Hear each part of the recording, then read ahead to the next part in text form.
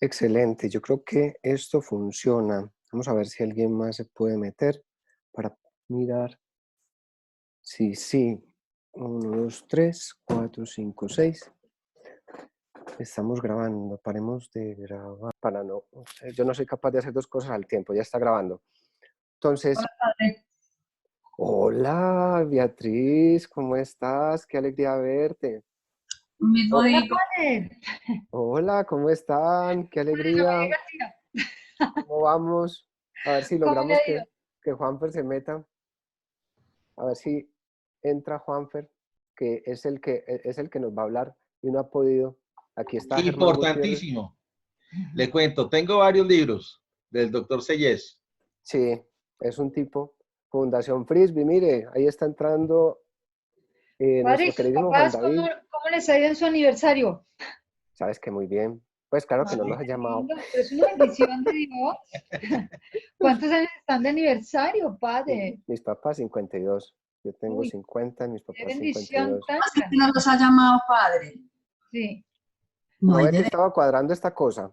Muy poco.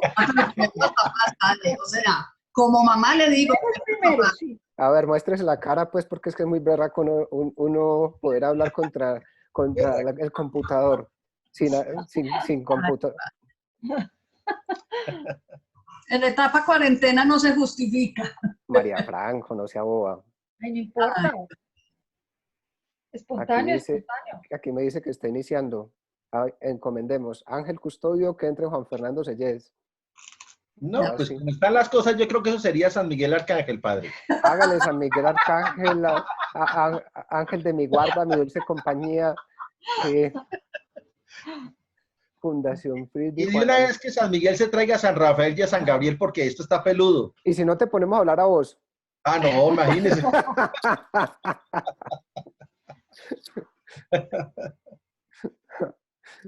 Ya por aquí está Arnold. Arnold, bienvenido.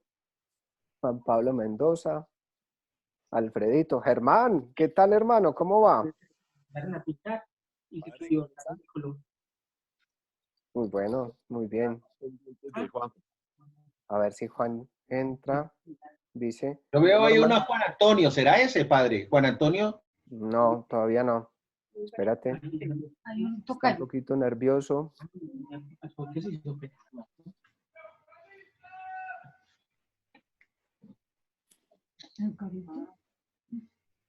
Aquí estamos encomendándolo, está intentando entrar, pobrecito. No, no es Juan Antonio. Juan Antonio es un amigo mío de Pereira.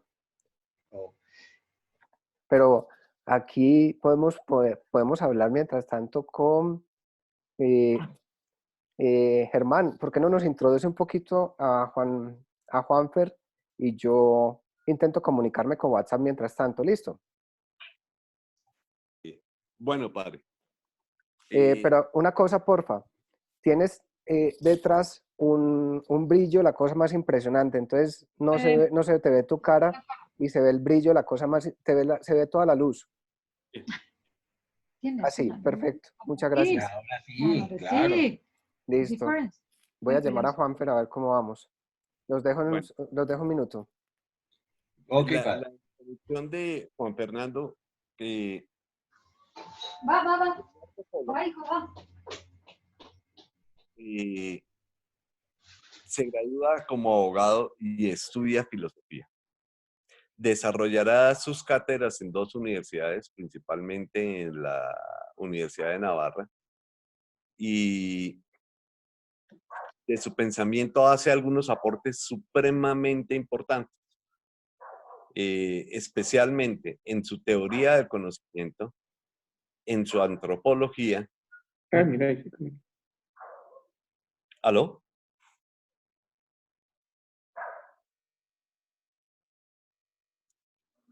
¿Sí?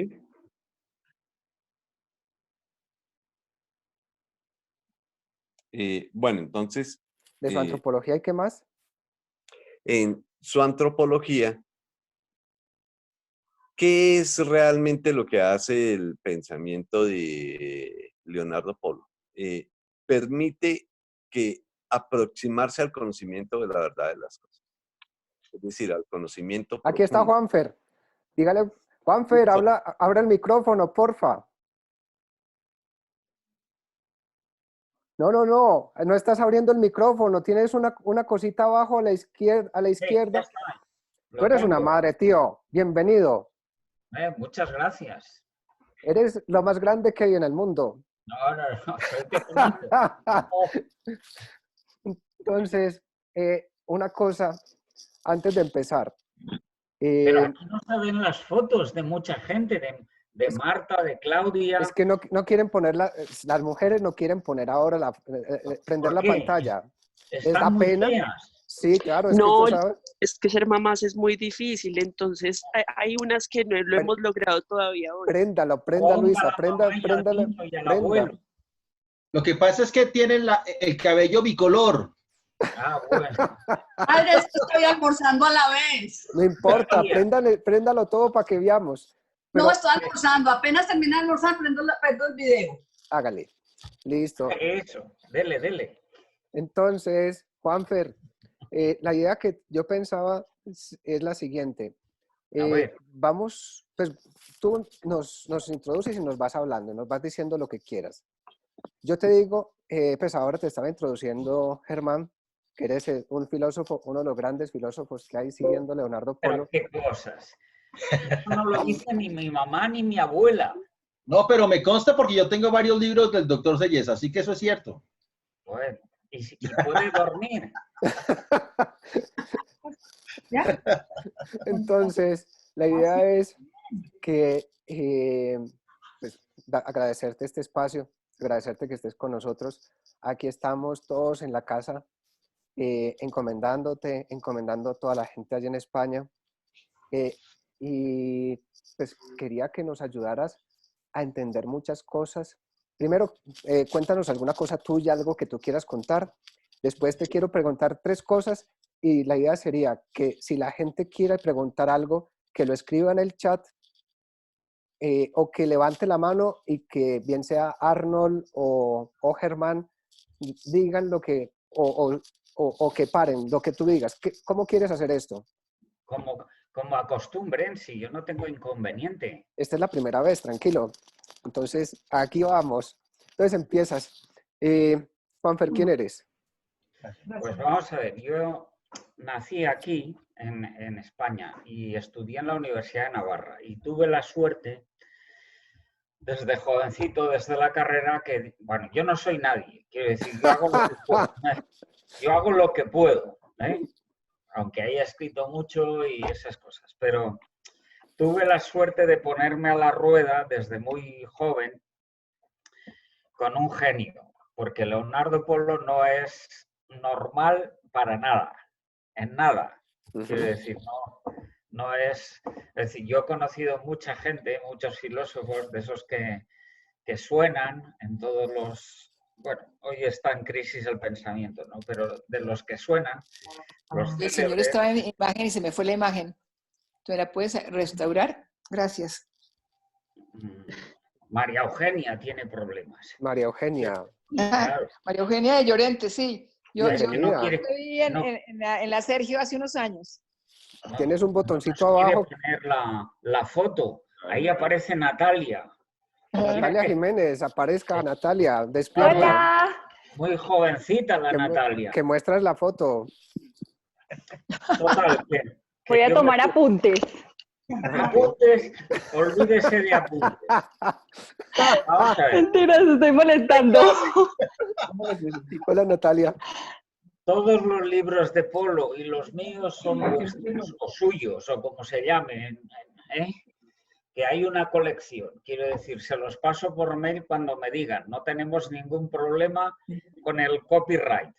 Y son unos ¿Quieres poner cuantos. tu video? Sí. Ahí. Bueno, entonces eso. No, estaba muy bien antes. ¿Hablamos de qué? ¿Del bicho? ¿De Hablamos, Leonardo Polo o qué? si quieres, Vamos a ver. hablamos de si quieres Una hablamos de persona Leonardo, normal. si quieres hablamos de Leonardo, si quieres, aquí hay mucha gente, pues muchos que son filósofos.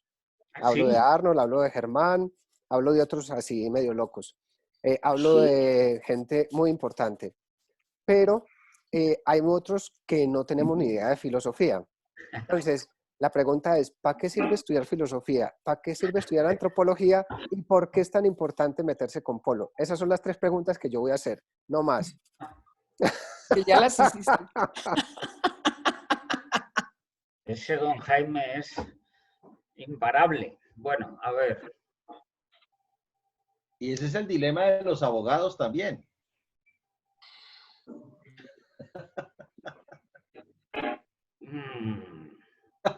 Entonces, vamos a ver cómo... A ver si las logro unificar las 3. Es decir, vamos a ver, si respondo a lo más importante, que es la tercera, la antropología, el sentido personal, están las demás respondidas. Quiero decir, ¿para qué hacer filosofía? Etcétera, ¿no? A ver cómo planteo yo esto de una manera... A ver, si uno a lo largo de la historia del pensamiento... un momentito que tengo aquí interferencias. Oye, estoy en una conferencia. Le toca a Germán hablar. Bueno, total, a ver, perdón, No, que me estaban llamando. A ver, si uno a lo largo de la historia del pensamiento se tiene la paciencia de chino de intentar leerse todo lo que han escrito acerca del hombre, enseguida ve que hay pues como una dualidad, cuerpo por una parte y alma por otra parte.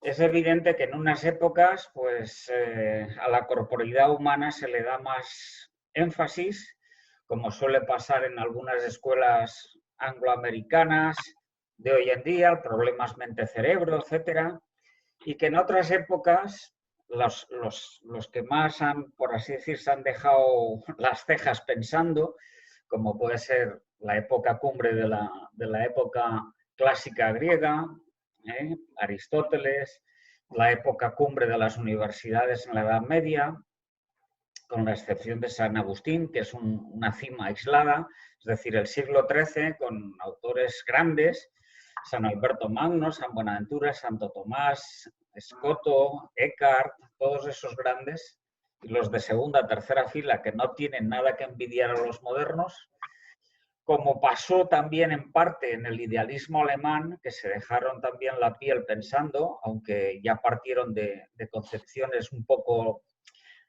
sesgadas. Bueno, se han dedicado más al alma, todos esos.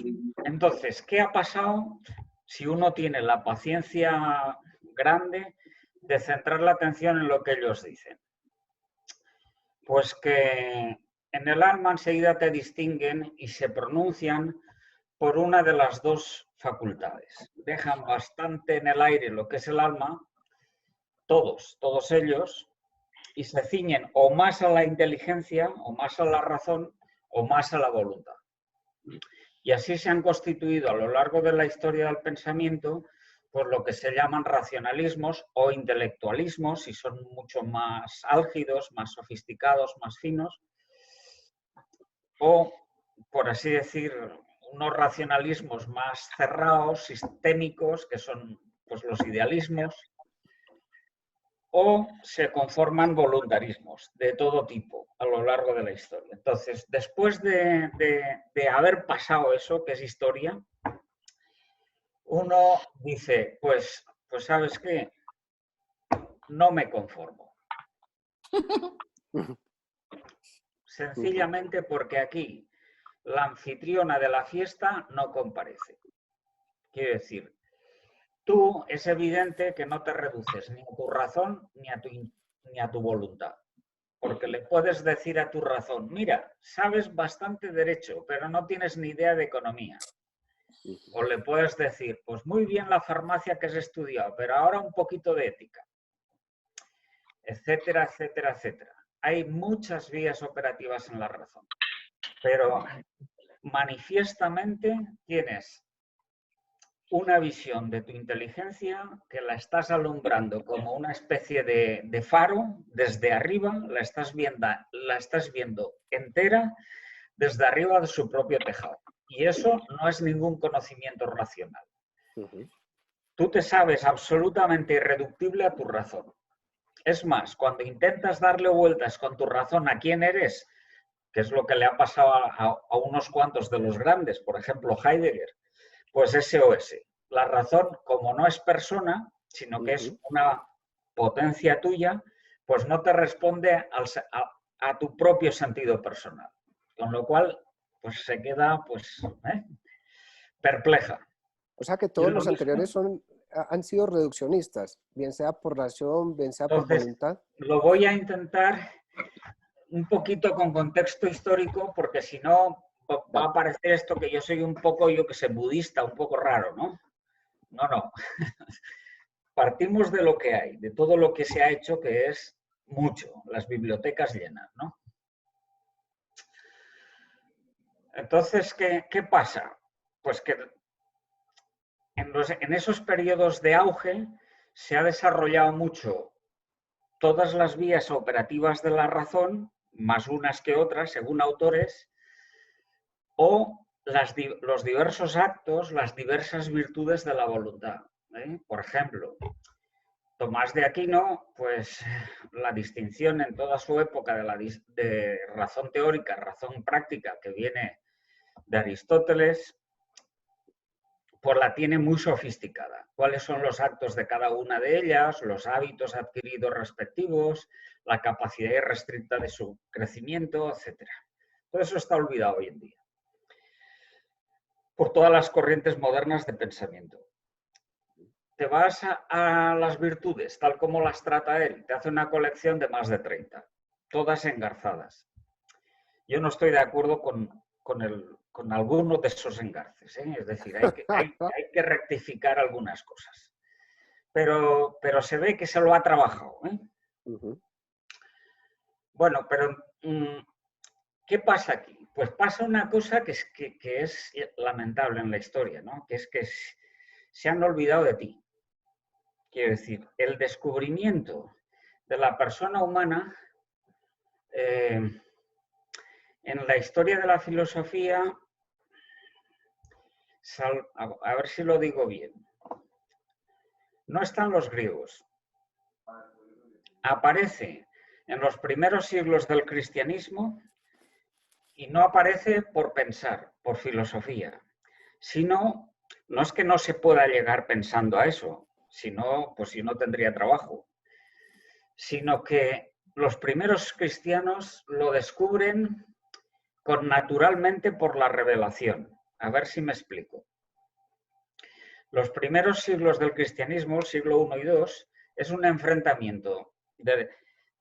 Ellos se tienen que defender contra los judíos porque los judíos les están diciendo, pues si vosotros decís que creéis en el mismo Dios que nosotros, pues no lo vemos claro, porque vosotros decís cosas raras de Dios, a saber que hay personas en Dios, que Dios puede tener un hijo, que hay una vinculación entre ellos.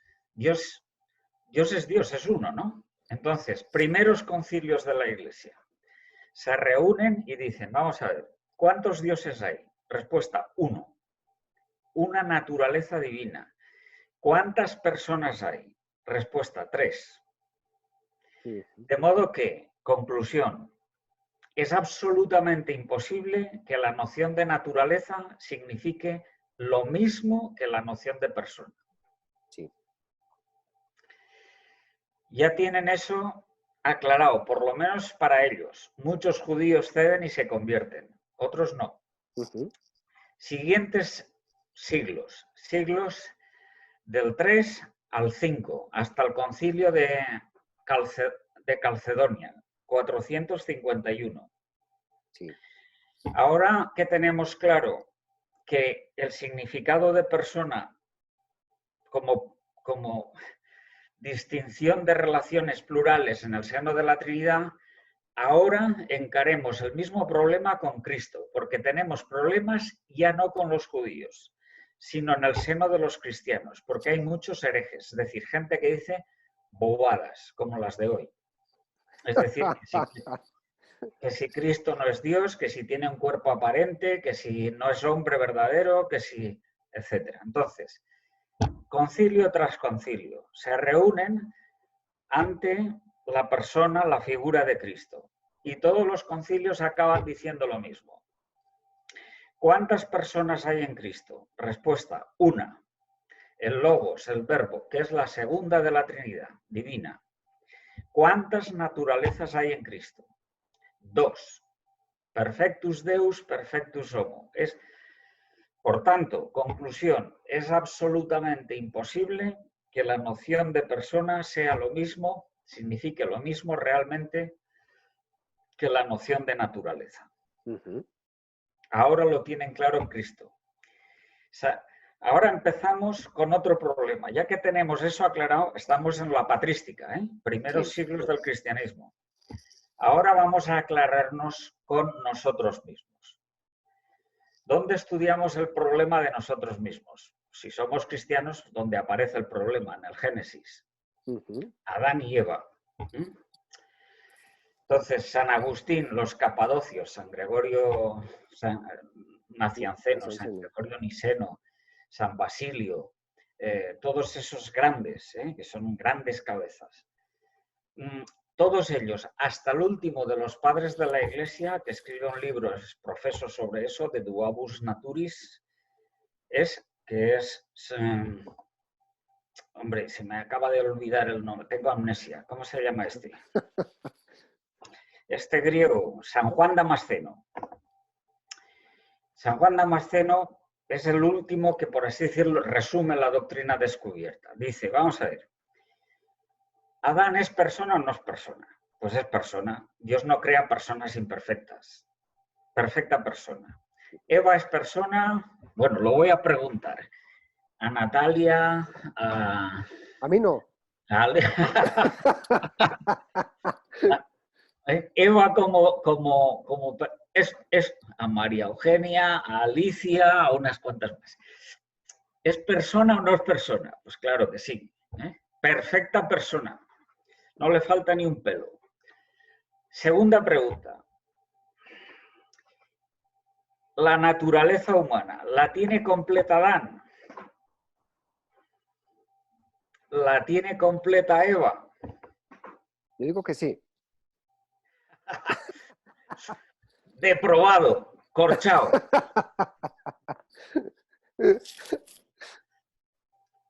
Todos los padres dicen, perfectas personas sí, porque la persona en nosotros proviene directamente de Dios. Pero en cuanto a la naturaleza humana, es decir, todo el compuesto humano, la naturaleza corpórea, las potencias, etc., pues ni Adán tiene la completa naturaleza, ni Eva tampoco.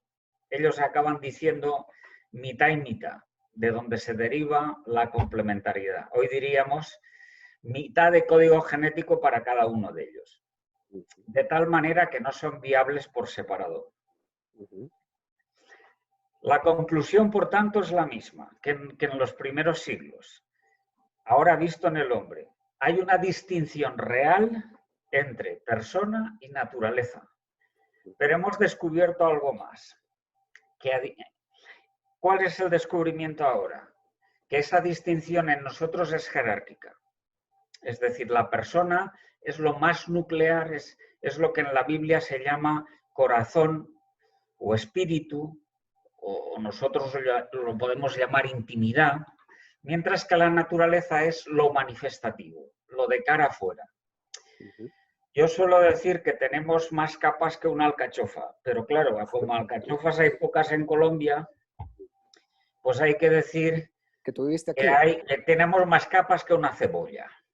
Porque hay en la laguna de Tota se producen toneladas de cebollas. Es decir, somos complicados, muy complicados. Y la distinción es de más y menos. No en suma, sino en actividad. De más jugosa la parte interior, como el corazón de la alcachofa, y más árida o más que se estropea, que está limitada más por el espacio y el tiempo, la parte exterior. Pero todo depende de la actividad interna. Las manifestaciones dependen de la intimidad.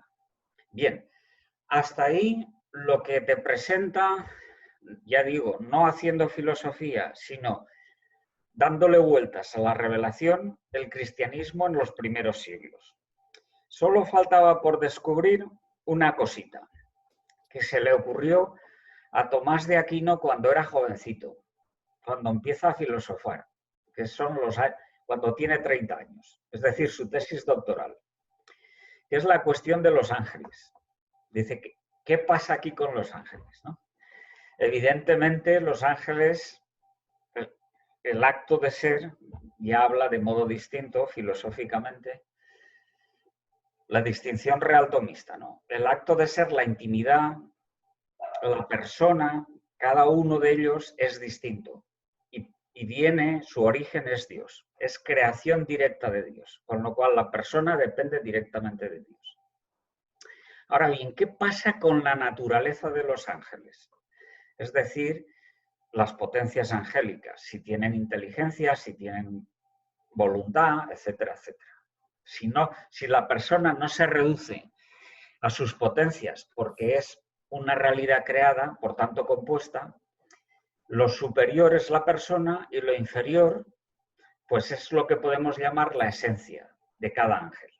Pero claro, el ángel no tiene naturaleza común como tenemos nosotros. No ha recibido nada de sus padres, sino que lo ha recibido todo de Dios.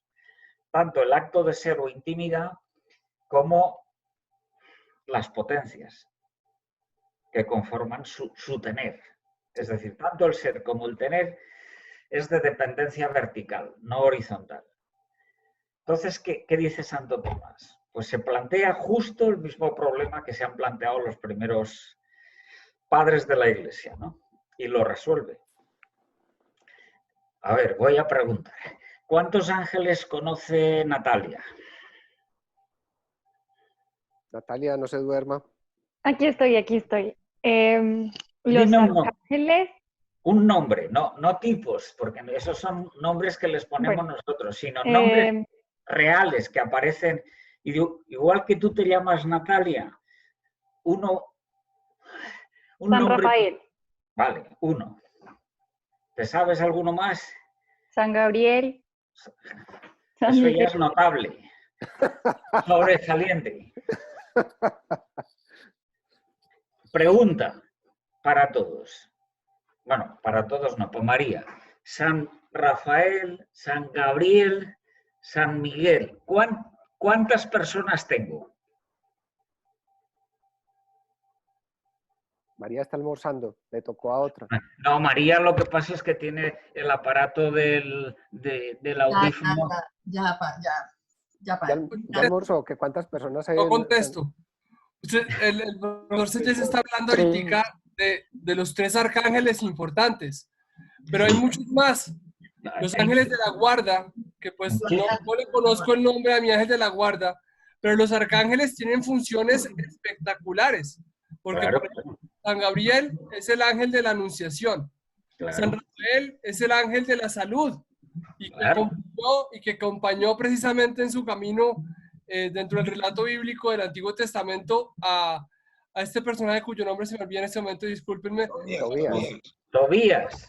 Padre A Mauricio, Tobías. bienvenido. Ni más ni menos, a Tobías, que lo acompaña de regreso hasta la casa de sus suegros, después de pasar todo tipo de apuros. Y obviamente San Miguel, que es el nombre del guerrero, el príncipe, la milicia celestial, quien se enfrentó a Lucifer, quien se Francisco. enfrentó y comandó el ejército de Dios en el cielo cuando se dio la gran pelea. Francisco, Entonces, para. Esa es mi intervención. Ok. Yo voy a quitar cámara para que no se ponga tan fuerte la banda, pero los estoy escuchando y estoy encantado. Profesor Selles, gracias por su generosidad. No, gracias a ti, Francisco. Nos has dado pista para seguir. Porque fíjate lo que hay detrás. Los nombrecitos que acabas de decir, Miguel, Rafael, Gabriel, acaban todos en él. Él en arameo significa Dios. Cada uno de ellos, como tú muy bien has dicho, Francisco, es una misión o, mirado desde abajo para Dios, una relación o una referencia distinta en cada caso respecto de Dios. O si quieres, un nombre personal, irrepetible, novedoso respecto de Dios. Un nombre que deriva de Dios y que hace referencia a Él. ¿Se ve un poquito? No hay dos San Rafaeles. O sea que cada ángel es una persona. Cada ángel es una persona distinta y tiene a su vez una naturaleza distinta. Ujú. Y es en lo que se distinguen de los hombres. Los hombres nos parecemos a los ángeles en el ser personal. No hay dos personas iguales, dos intimidades iguales. Por eso hay ángeles por cada persona ahí en el mundo. Caramba, qué preguntita, ¿no? Eso le toca al padre Mauricio Uribe responder lo que ahí está. Padre, diga algo. Respóndale, padre. No, primero un saludo y sobre todo me encuentro aquí gratamente. El padre Mauricio. Un gran saludo a nuestro querido Juan Fernando Sellés, ¿verdad? Qué maravilla, te recordamos siempre con mucho cariño. No, cada ángel es otra especie, cada ángel es una persona. Única. Una persona. Es una entidad unipersonal. Bien. Personal. Entonces tenemos... Me alegra verlos. A ver si podemos sacar un poco más de partido a esto. Porque no somos tan distintos de los ángeles como parece. Es decir, lo más importante en nosotros eres tú, es decir, la radicalidad de tu intimidad. ¿Se ve esto? Y eso es lo que tenemos demasiado parecido con ellos. Cada uno somos distintos. No hay dos personas iguales. En lo manifestativo nos pasa distinto a los ángeles. Ellos se distinguen muchísimo entre ellos, pero nosotros tenemos, por la comunidad de origen de nuestros padres, tal, Adán y Eva, tenemos demasiadas cosas en común.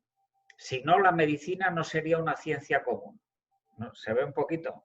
Sí. Ni sería una ciencia común para todos, pues la psicología. O sea que no habría medicina para los ángeles. No habría medicina para los ángeles, porque los ángeles todos tienen naturaleza distinta. Efectivamente. Cada uno se las tiene que ver solo respecto de Dios. No tiene, por así decir, link horizontal. O si se quiere, la fraternidad está exigida en nosotros y en ellos es libérrima. No sé cómo decirlo, ¿no? Uh-huh. Porque nosotros, si no tenemos apoyo por los lados de papás, mamás, profesores, la tata, los hermanos, pues ni crecemos ni somos viables. Juanfer, pero tú estabas diciendo que somos más parecidos a los ángeles o muy parecidos a los ángeles. ¿Cómo así? En el acto de ser personal, en el ser personal. Hasta el punto de que si el acto de ser personal del ángel es muy excelso, dependiendo de la respuesta humana íntima de cada uno de nosotros, que es en lo que en cristiano llamamos vocación, podemos no solo ser como los ángeles, sino incluso superior a ellos. Eso está además revelado. La Virgen, ya de entrada, es superior a todos los ángeles. Y está claro que no es por la pasta flora, quiero decir por la corporeidad. Ajá. Eso un ángel lo ve y dice, sí, yo para ti. Uh-huh. Pero ¿y nosotros? Sino que es por el nombre personal, por el sentido, por el corazón, por la actividad, por el foco del volcán que hay en la intimidad de la Virgen. Ya nativamente. De salida mucho más. También lo dice San Pablo, ¿no? Juzgaréis a los ángeles. Quiero decir que el que da la cara y dice sí y es fiel a su misión en la vida, a su vocación, depende de la finura con que lo haya vivido, en esa medida se pega más a Dios. Y en esa medida tiene un sentido personal más elevado que muchos ángeles. Yo tengo una pregunta. La Adelante. diferencia, la situación de los ángeles con respecto al orden sacerdotal. En relación al orden sacerdotal, porque se dice que los sacerdotes van adelante de los ángeles, mientras que nosotros los laicos vamos atrás de los ángeles. No, pues, la misión del sacerdote es una misión tan excelsa que puede, bueno, quiero decir, ningún ángel puede conferir el perdón a nadie. Ningún ángel puede confeccionar la Eucaristía. Un sacerdote sí. Pero es un sacerdote no porque él sea guapo, por así decir, sino porque tiene ese don divino exprofeso para ese momento.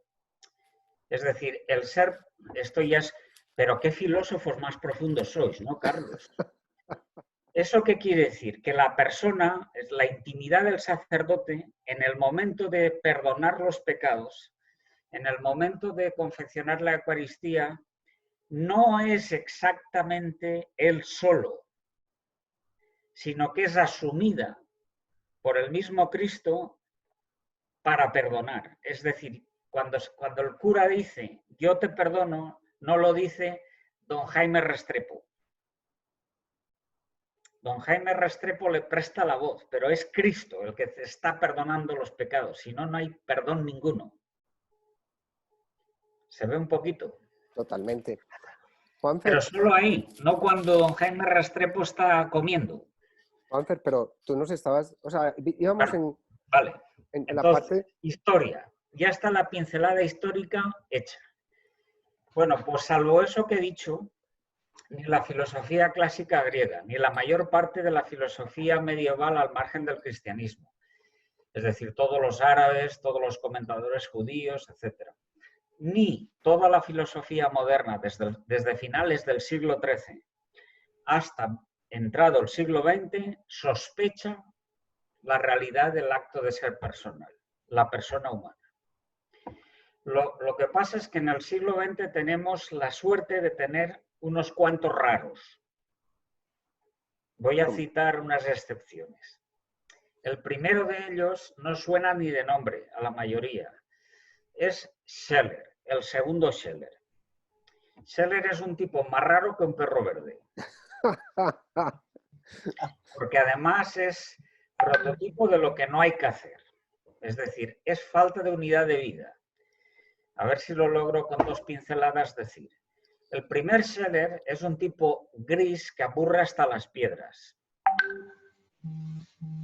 Es decir, un profesor que se dedica a rellenar huecos. Que no anima a nadie, que no ha topado ni con un método ni con un tema para hacer filosofía. Es decir, desastre. Y además vive intelectualmente así porque moralmente es desastre y medio. Jesús. Vive con una señora de armas tomar.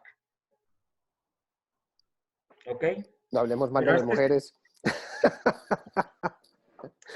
Pero tiene mucha suerte este cuate, mejor dicho, este mansito.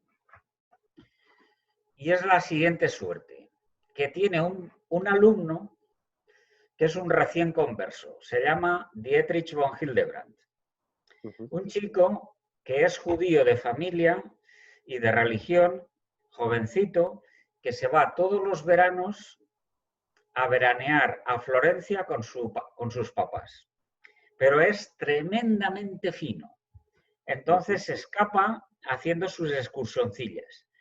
Se va a una basílica y empieza a ver todo el arte pictórico. Se va a otro sitio y empieza a escuchar el canto gregoriano. Se va a otro sitio y empieza a ver la orfebrería, el museo de un sitio de Florencia. Total, que él dice, bueno, un momento, aquí los cristianos no han hecho esto, todo esto, no lo han hecho por amor al arte. Aquí hay gato encerrado. Aquí hay algo más. Empieza a escarbar y le da un voto de confianza al Nuevo Testamento. Se lo lee y dice, sí, esto me explica la culminación, me enseña el sentido desde arriba, desde el ápice de la pirámide, me enseña el sentido del Antiguo Testamento. Me convierto. Él solo se convierte, cosa seria en aquella época. Toma ya. Jovencito se convierte. Y con la efusión, con la calidez, con la sencillez, porque este es un ingenuo toda la vida. No tiene maldad. Es decir, si no lo pillaron los nazis 3 veces que fueron a por él, es por pura providencia, es decir, por pura casualidad no se fue al campo de concentración. Porque se equivocaron de portal. En vez del suyo se fueron al lado. Y así 3 veces. Total, que este, con toda la sencillez del recién converso joven, se va a sus clases en invierno en Alemania, en Múnich, y dice, ¡buah! Por a este señor que lo desprecia todo el mundo, a este pobre Scheller, pues voy a tener yo un poco de compasión con él. Resulta que se pega al profesor, se hace amigo, hasta tal punto que lo convierte. Wow. Convierte a Scheller y Scheller deja a la señora con la que convivía y la señora le arma un escándalo público en los periódicos y en la universidad por falta de, por así decir, de cumplir el pacto de unión, que este señor se tiene que esconder. Tiene que abandonar la academia, tiene que malvivir y irse a otra ciudad. Se va a otra ciudad, lo pasa mal, 1912. Empieza a dejar de mirar para afuera y empieza a mirar para adentro. 1912-1920. Publica unos 16 libros, todos dirigidos a la intimidad personal, unas veces desde la libertad, otras veces desde el amor personal, otras veces desde un conocimiento superior al de la razón, otras veces enfrentándose a toda la tradición racionalista precedente y voluntarista precedente, tanto de los clásicos como de los modernos, haciendo historia de la filosofía y superándola. Bueno, pues todas esas intuiciones que tiene el segundo Scheller son válidas. Descubren el acto de ser personal, cómo somos por dentro, todo de cara a Dios. 1922. Acaba mal la novela, lo siento por las chicas. Se le cruza una alumna aventurera de clase por delante. No he dicho que se había casado con Mari, 1912. Bueno, 1922. Se le cruza una alumna, abandona a su mujer y se va con ella de excursión. Jesús. Quiere decir, se va con ella por ahí, por el mundo. Es como si hubiese apretado desde esa fecha la tecla del delete. ¡Plup! Todo lo que había descubierto antes se le olvida. Empieza a mirar para afuera otra vez. Empieza a hacer sociologías, macrovisiones del mundo, a intentar pegar autores de la historia de la filosofía que no pegan ni con cola. Por ejemplo, Nietzsche y Hegel. Jesús. Es decir, caos con patas. Y muere 6 años después. Bueno, pues el Scheller que nos ha legado la historia de la filosofía es el tercero. El caótico. Scheller de los valores, que no tienen fundamentación ética en base real, etcétera, etcétera. El segundo Scheller es el que acierta. Y está olvidado. Pero tenemos más fuertes. Y es que hay un cura de 25 años, parisino de la época, que sabe alemán. Que él en su tesis doctoral se ha especializado en los dogmas de los primeros cristianos. Y al leerse lo que Scheller dice acerca de la persona, dice, me casa. Lo que dice este tipo es lo que han descubierto los primeros cristianos en los primeros siglos. Con lo cual, es compatible. Y empieza a escribir, ese se llama Nedoncel. Nedoncel es un chico muy fino. Es más, todos los libros que tiene, en todos ellos aparece la distinción real, jerárquica, entre persona y naturaleza humana. Es más, hasta en el título de alguno de ellos aparece. Pues bien, ni siquiera hoy los especialistas en Medoncel se dan cuenta de la distinción real. Piensan que persona es el todo humano. Y Medoncel les está diciendo por activa y por pasiva, en francés, que no, que persona es cada quien irrepetible. El interior, lo externo, es de la persona, no la persona. Pero entonces tú decías ahora que Adán no era, fue lo que entendí, que no era Adán es persona. perfecta persona, pero no tiene la naturaleza humana completa. Ok, perdón. Porque es varón, no es varón y mujer. Y además, después del pecado original, la naturaleza humana es defectuosa, de tal manera que no hay ningún varón perfecto en la naturaleza varonil, la dotación varonil no está completa en ninguno. Ni la femenina tampoco, salvo en dos. En ese orden de ideas, ¿cuál sería la definición de la persona humana? Porque yo veo que en ese caso sería incompleta. Mira, definir, wait con el definir, porque se define desde la razón y significa cerrar. Y una persona es un tesoro tan irrestricto que no le ves ni el ápice del iceberg, con lo cual no se puede definir. Y si lograras definirla, definirías una, no la de al lado, porque no hay dos iguales. ¿Se entiende lo que...? Sí. Juanfer, pero bueno, tú vas a ir... Un momentito. Vas a llegar a Polo, me imagino, o no vas a llegar a Polo. Sí. Bueno. Polo es uno de los 5 raros que hay en el 20 y que no conoce a ninguno de los precedentes, porque no se los ha leído. Y es raro desde pequeño. El tercer raro, que entiende lo que puede, porque a pesar de haber estudiado filosofía y haber hecho la tesis doctoral en filosofía, su formación inicial es de médico, no es de filósofo, médico humanista, psiquiatra, es Viktor Frankl, austriaco. Por eso los seguidores de Viktor Frankl con el método de la logoterapia están tan pegados. Dicen, este tipo es genial. Es genial porque aciertan lo que acierta. Pero si compara su antropología con la de Scheller, pues no le llega ni a la altura del zapato. Con la del segundo Scheller. Porque entiende lo que puede de Scheller. Ahora, es un tipo judío ortodoxo, que todos los días lee la Biblia y hace oración.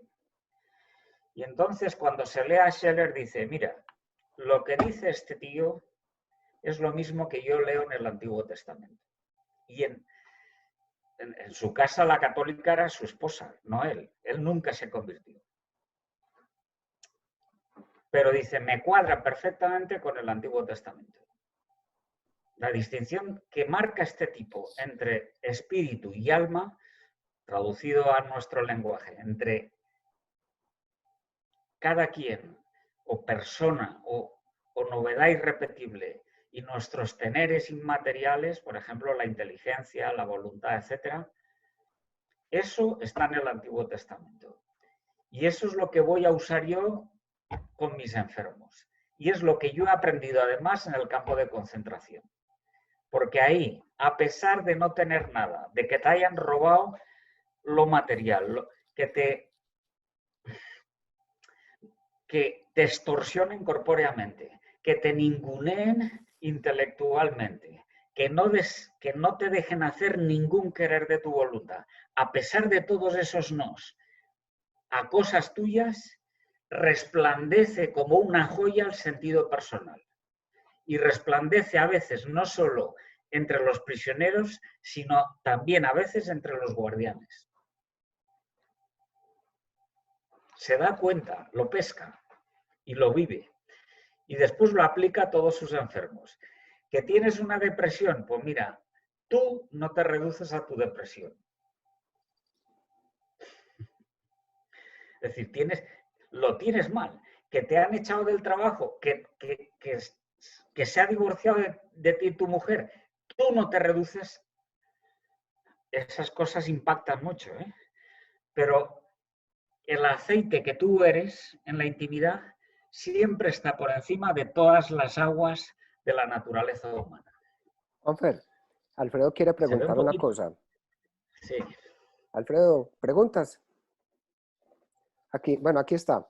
Dice, ¿por qué hoy en día hay tantos que se declaran agnósticos que no quieren creer en nada? Esa es la pregunta de Alfredo. Casi nada la preguntita. Yo te diría lo siguiente, porque la culpa no es solo de ellos, sino nuestra también. Porque estamos demasiado obcecados mirando para afuera. ¿Qué si trabajo? ¿Qué si currículum? ¿Qué si CV? Dicen en Colombia. ¿Qué si esto? ¿Qué si lo otro? No, si es que no, nada de lo de fuera te va a responder. Ni siquiera tu esposa. Porque no eres un invento de tu esposa, ni de la universidad, ni de la empresa, ni de la historia, ni de la economía, ni de la biología, ni de nada. Es más, el sentido personal que tú alcanzas de ti mismo, ya he dicho, es como la punta del iceberg. Lo que te queda. Mira para adentro. Si te obcecas en el mirar para afuera, no hay sentido. Quiero decir, le puedes dotar de sentido a tu profesión. Le puedes decorar el piso como te dé la gana. O te puedes ir a Bonga si quieres. Muy bien. Pero, es decir, le dotas de cierto sentido a tus vacaciones. Pero al final tienes que decir, todo esto tenía que ver conmigo. ¿Yo para qué? ¿Cuál es mi sentido personal? O si queréis, lo que hay en el Apocalipsis, que repetía tanto Polo en clase a los alumnos, ¿no? Al que venciere le daré la piedrecita blanca. Está hablando San Juan para los judíos. Ya sabéis que los judíos son muy simbólicos, son muy pegados al terreno. Al que venciere le daré una piedrecita blanca en la que va escrito su verdadero nombre. En el siglo I, cuando había, por ejemplo, teatro, las entradas del teatro eran piedrecitas planas y redondeadas de río. El lecho del río da piedrecitas redondas, o el mar. Las acuñaban al fuego con números romanos y te daban la entrada para el teatro. De modo que no cabe haber 2, 3. Si hay 2, 3, pues es porque alguno te está tumbando. No sé. Don Fernando, un saludo aquí desde Palo Grande, Manizales. Agradecerte por la pregunta y bueno, quería también saludar a mi gente de Pereira, a Germán, a Arnold. Espere. Tenemos Pereira, y también a al final. Juan Pablo Sánchez, que es de Juventud Manizaleña. Juan Pablo, saludos. Al final los saludos, que si no nos quedamos y no llegamos ni siquiera, no pasamos de aquí de Víctor Frankl. Bueno, entonces, al que venciere le daré una piedrecita blanca en la que va escrito su verdadero nombre. No hay 2 nombres iguales. No hay 2 treses. Nombre que solo él conocerá. Toda la vida es una búsqueda progresiva del sentido personal. Y al que no tire la toalla, la manifestación completa de ese sentido es el cielo. Eso es lo que pescó en el siguiente raro, el cuarto del siglo XX, que es el libro más pequeño de este autor y el más profundo, a saber, Guardini. Guardini es un tipo nacido en Italia que desde pequeño se va a Alemania. Y en Alemania oye todo tipo de clases muy fundamentadas, pero un poco raras, estrambóticas de filósofos. Y él nota que la gente sobre todo los jóvenes, cada vez se va separando más de Dios, como la pregunta que me acabáis de hacer. Entonces, desde joven dice, ¿yo qué puedo hacer para volver, para hacer que toda esta gente se renueve en el acceso a Dios, de modo vital, de modo alegre? Hasta que un día, leyendo el Apocalipsis, lo ve. Entonces, bueno, lo sabemos porque hay un profesor muy viejo de Madrid que se llama Alfonso López Quintás, que se fue a estudiar alemán y fue alumno de Guardini. Y una vez entró en el despacho y vio multitud de libros publicados, pero vio un legajito pequeño de cosas que estaban manuscritas y sin publicar. Y estaba en una esquina de la mesa. Y le pregunta, ¿y esto, profesor? Y le dice, pues mira, eso es el resumen de lo más alto, el resumen, la síntesis de todo lo que he descubierto. Si quieres, te lo lees. Ese librito se llama, si no recuerdo mal, el que conoce, a ver cómo es que se me olvidan las palabras. En alemán no pasa nada, aquí todos entendemos alemán. Quien sabe de Dios conoce al hombre. Ese librito es un comentario que empieza siendo del Apocalipsis, de la piedrecita blanca, y de ahí va sacando el partido, de la novedad personal, la irrepetibilidad, la distinción de ese corazón respecto de todas las manifestaciones comunes humanas. Ya tenemos otro. El último es conocido por todos y es Ratzinger. En uno de los primeros libros de Ratzinger, que se llama Introducción al Cristianismo, en la edición española es justo a la mitad, la página 150 más o menos. Ahí se pelea con toda la tradición de teólogos, por eso es excluido por los teólogos del momento. Y dice que persona no significa hombre. Hombre es lo común de lo humano, mientras que persona es lo irrepetible de lo humano. Y no se puede conocer la persona como se conocen las cualidades comunes humanas. Las cualidades comunes humanas se conocen mirando para abajo. Quiere decir, desde arriba de su propio tejado. Mientras que conocer el sentido personal es mirar para adentro y siempre te quedas corto, siempre te quedas escaso. Empieza a darle vueltas al método del conocimiento personal, diciendo que eso es superior al conocimiento de la razón, que tienes que abandonar el conocimiento de la razón que hace ideas, por tanto, conocimiento racional, objetivo, ideal, porque la persona no es una idea. Si haces una idea de ella, la has matado. La idea no es persona. Y siempre tienes que conocer, no aislando como hacen las ideas, sino uniendo las distintas vetas que encuentras en la actividad personal. Compliques. Con lo cual, bueno, pues me leí eso y la misma mañana dije, me voy a leerle esto a casa de Leonardo Polo.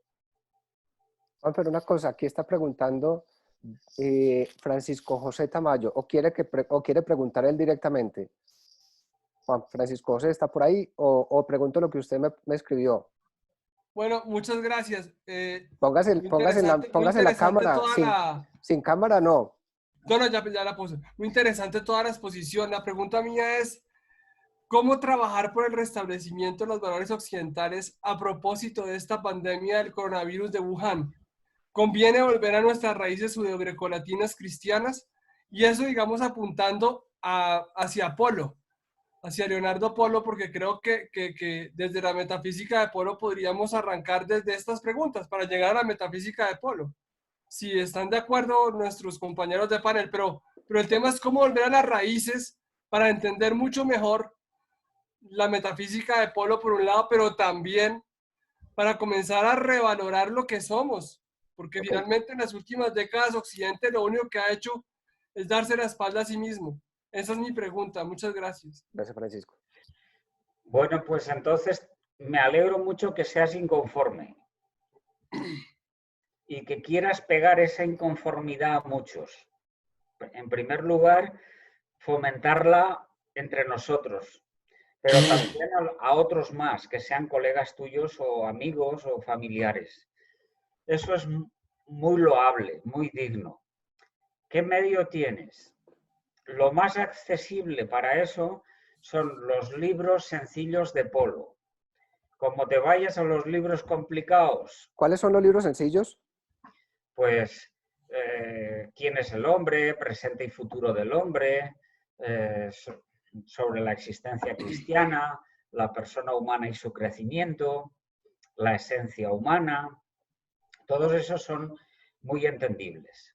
También hay antropologías que Polo dedica especialmente con un sesgo para los que se dedican más o bien a dirección o bien a empresa, de ese estilo, ¿no? Antropología de la acción directiva, todos esos son sencillos.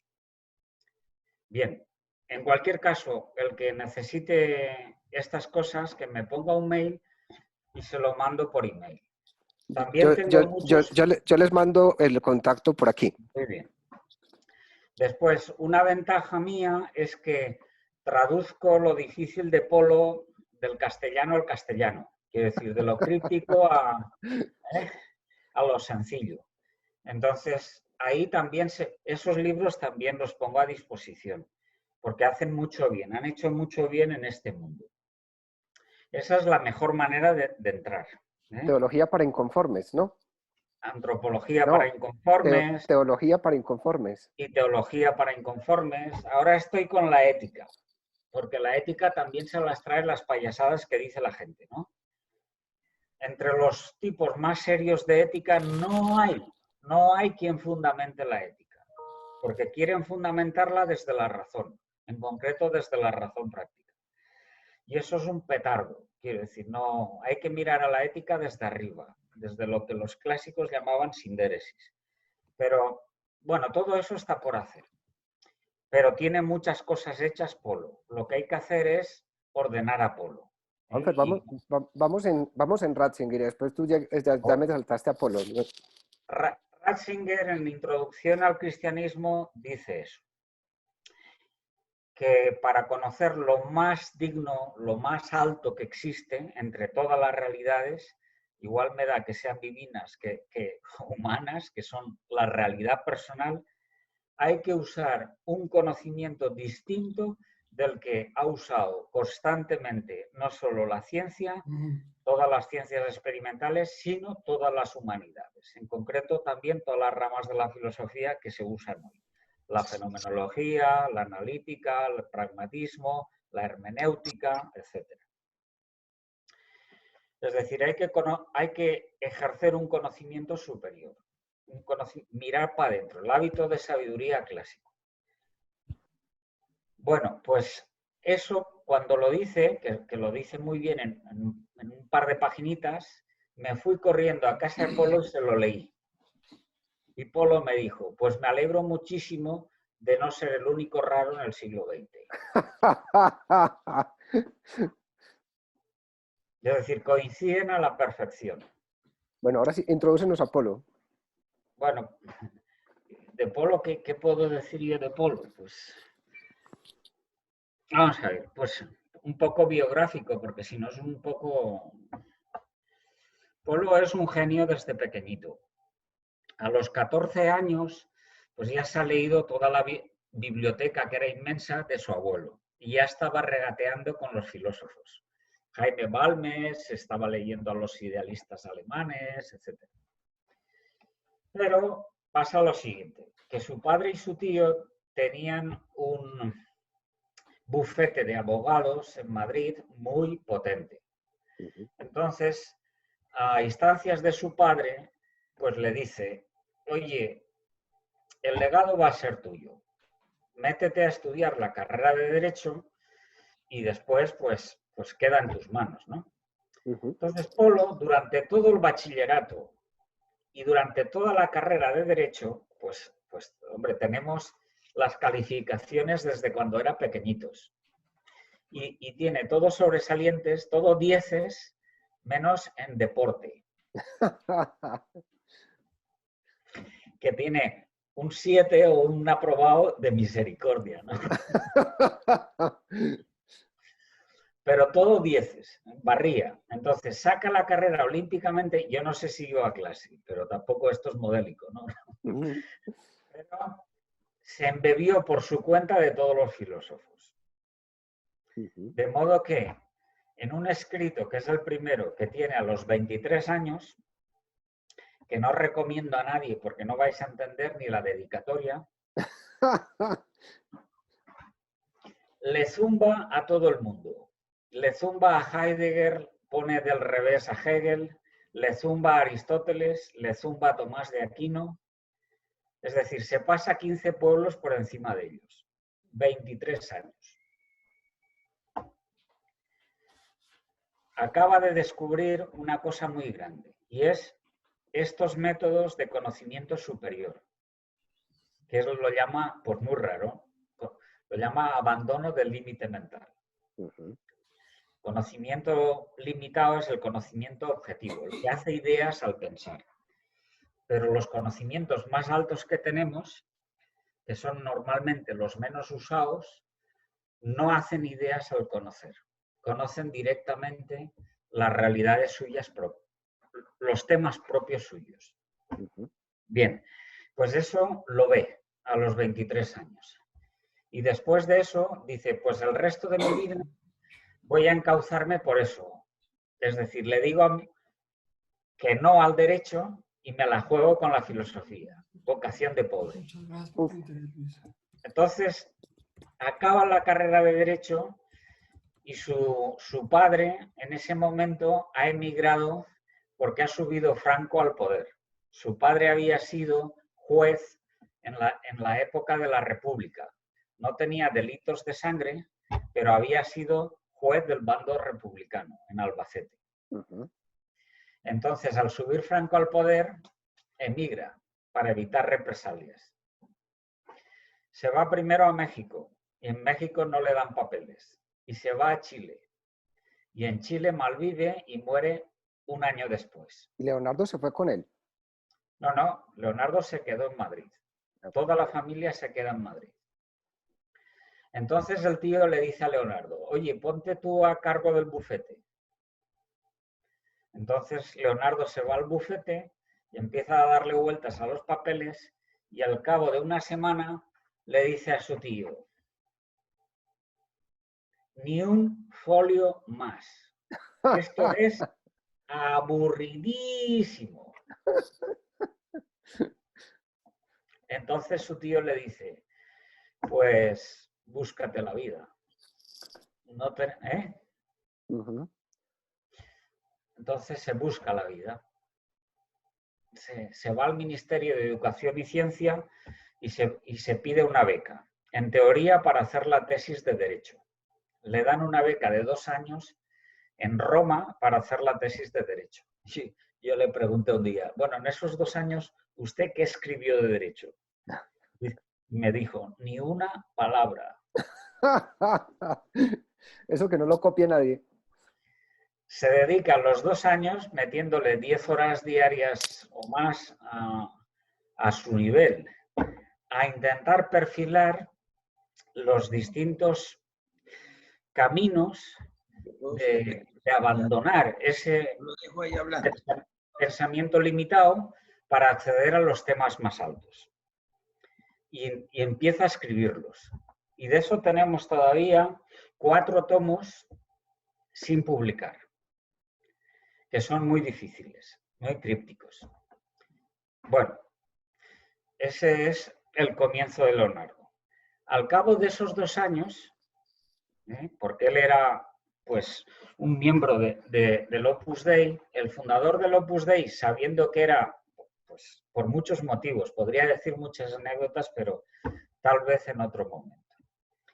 Sabía que Leonardo era too much, demasiado, y de Leonardo conocía también pues muchas cosas de San José María, íntimas. Entonces San José María le dice, a ver, Leonardo, si no te parece mal, te podrías ir a la Universidad de Navarra a empezar la filosofía. Se lo está diciendo a un licenciado en Derecho, que no tiene ni la licenciatura de filosofía. ¿Pero a estudiar o a hacer el...? A empezar la facultad. Él como director de la facultad. A empezar la facultad. Entonces se viene a Pamplona, bueno, le dice más cositas, pero en otro momento. Se viene aquí y empieza a dar clases de filosofía del derecho y derecho natural en la Facultad de Derecho, que es una de las primeras que había, esa es la de medicina. Pero a los 4 años, él ya ha conseguido tener el título de toda la carrera de filosofía, de haber hecho el trabajo de investigación y de haber hecho la tesis doctoral. Comento alguna anécdota de este tipo. La tesis doctoral, por ejemplo, se encierra 1 mes y medio y se la entrega al director. Y el director dice, toma castaña, esto es demasiado, pero se te ha olvidado una cosa. ¿En mes y medio? Mes y medio. La hace sobre Descartes y cambia el paradigma de Descartes para el resto de la vida. Quiero decir, hasta la fecha Descartes es el padre del racionalismo y a partir de ahí, de esa tesis doctoral, Descartes es voluntarista. Porque el método cartesiano es la duda, que es una operación voluntaria. Duda porque quiere, sigue dudando cuando quiere y termina de dudar porque le da la gana. Sin motivo racional ninguno. De modo que, tras esa fundamentación, deja claro eso, pero no le ha puesto ninguna cita a pie de página. Entonces, eso fue lo que le dijo el director de la tesis. El director de la tesis dice, oye, pero esto no se hace. Dice, que había que poner citas. No te preocupes. Se encierra 1 mes y medio más y le pone citas. Defiende la tesis doctoral. ¿Y ahora qué tengo que hacer? Hombre, Leonardo, ahora los filósofos pues escriben libros. Entonces, con eso que tenía descubierto en Roma, escribe el primer libro. Y lo manda a los mejores filósofos del momento en España para que le den el feedback. Pues Zubiri y todos esos. No le responde ninguno. No le entienden. No le entendieron. No le entendieron. Entonces Polo decía, pero ¿cómo es posible que esto... Voy a escribir un libro un poquito más realista, porque ellos son así más... A ver si explicándoles el método que he llegado para descubrir esto, pues me entienden. Pues 2 años después les manda el nuevo libro y la misma respuesta. Silencio sepulcral. No le entiende nadie. Eso es 1964. Desde ese año hasta mi curso, que es el 84, justo 20 años después, no tenemos nada de Polo. Porque Polo en el 64 dice, ya que no me entienden, no escribo más. Se dedica a dar cursos a todos, seminarios con ingenieros, con médicos, estudia neuronas, estudia lo que quieras, astronomía, estudia física, estudia de todo, pero no tenemos materializados esos estudios. Pero en mi curso da una casualidad y es que tengo de compañera a una enfermera, María José Franquet, que hacía turnos en la clínica universitaria. Y desde el primer día se dio cuenta de que este era un genio. Entonces, como hacía turnos, se traía la grabadora. Y cuando no podía venir, le decía a una compañera, el tape recorder, el tiempo del tape recorder. Grábame, por favor, las lecciones de este profe. Y ella los fines de semana iba transcribiendo, ¿no?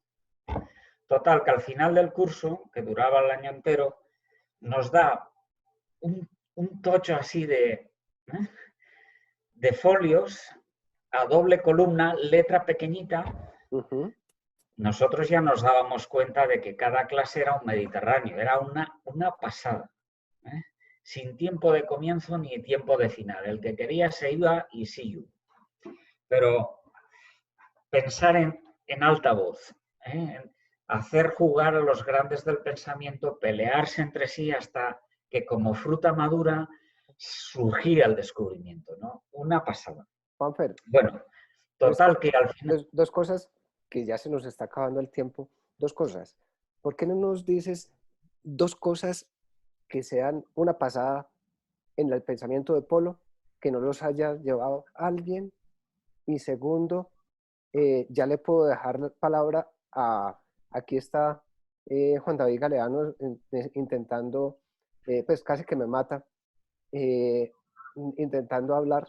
Entonces, piénsate, ¿qué cosas así espectaculares crees tú? Bueno, Polo nos puede ayudar, porque esto es un abrebocas, pues un curso de Polo en una hora pues es muy complicado. Las partes más altas de la filosofía son, por este orden, las siguientes. Las que tienen los temas más altos. En primer lugar, la antropología trascendental, porque es el acceso cognoscitivo íntimo a la persona humana, la cual está abierta a la trascendencia pluripersonal divina. Es decir, a saber que es absolutamente imposible que en Dios exista una única persona.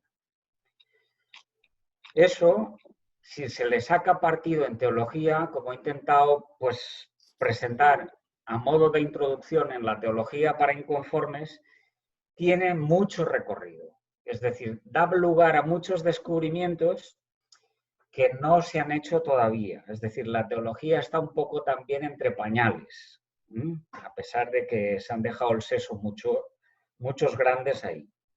Eso dará mucho recorrido para la teología. Pero la clave de eso, la apertura de eso es la antropología trascendental. Esa es la primera. Ahí hay descubrimientos de primera magnitud de Polo sin precedentes. La segunda es la metafísica, los actos de ser reales extramentales. Eso está bastante trillado en Polo y está muy acrisolado respecto de toda la tradición. La tercera es la ética. Ponerle bases a la ética, axiomáticas, porque la ética es lo más alto de las manifestaciones humanas. Todo eso que no tiene fundamentación hoy en día, en Polo la hay, existe. Y la cuarta es la teoría del conocimiento, es decir, cómo funciona la razón humana. Los 4 tomos de teoría del conocimiento de Polo son paradigmáticos, sin precedentes en absoluto, vamos, es decir, cualquier teoría del conocimiento precedente, la crítica de la razón pura, por ejemplo, te la comes en una mañana y la escupes. Así de claro. Porque ves que conculca el modo de proceder humano racional, no por uno, sino por todos los medios. No sabe, es un montaje. No tiene ni idea, lo digo clarísimamente. Me he peleado con todos los colegas, y mira que son buenos, ¿eh? No tiene ni idea de lo que es el conocimiento racional humano. Ni idea. Juanfer, muchas gracias. Un poco radical ya soy. Eres una madre. Muchas gracias. Bueno, eso... Juan David, que nos diga algo Juan David, porque es que Juan David está desesperado y el resto que quiera hablar, hable ahora, calle para siempre, porque nos vamos en 5 minutos. Y ya acá tenía una tarea por hacer, pero qué bueno poder estar. Muchas gracias, Juan Fernando. Un amigo acá nos había hablado mucho de ti, entonces es muy valioso poder ver esto. Son 2 preguntitas. Rápido, es la primera, el conocimiento personal. He escuchado también durante estos días nos puede ayudar a acceder también a Dios. Y ahorita lo que decías, ese núcleo interior, ese acto de ser persona, ese conocimiento que llega por ahí. Pero ¿cómo se diferencia esto de esas corrientes orientales donde también se dice el conocimiento está en ti y luego eso se infiltra también un poco en estas propuestas de nueva era, que en ti está el conocimiento y demás? Esa sería la primera. Te respondo primero a la primera.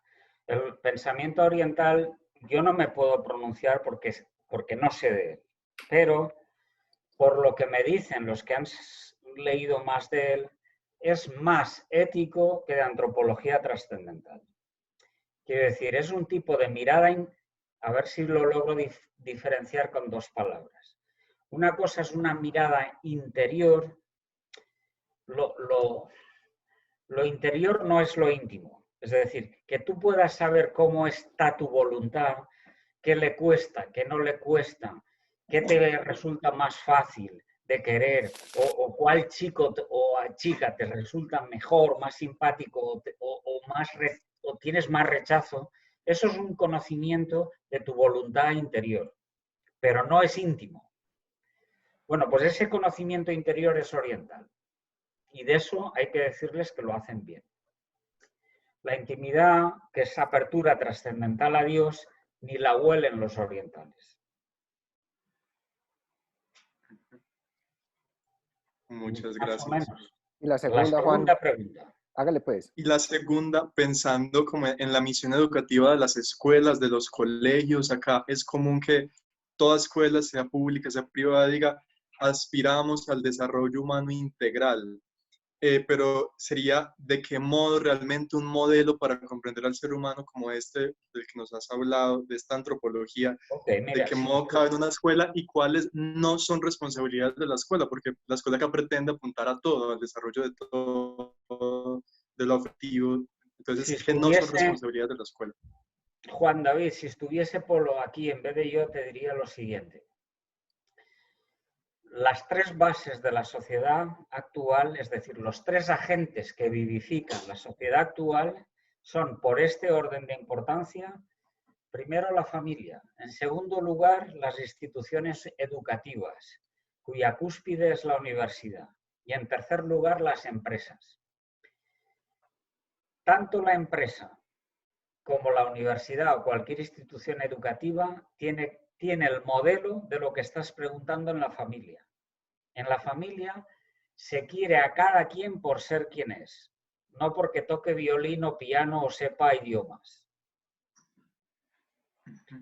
Y eso que el padre lo hace cuando es sensato, la madre lo hace por ósmosis todo el día. Todo el día está como, ¿y esta por dónde me sale, no? ¿Quién es esta? No sé si se ve un poquillo. La clave está en la familia.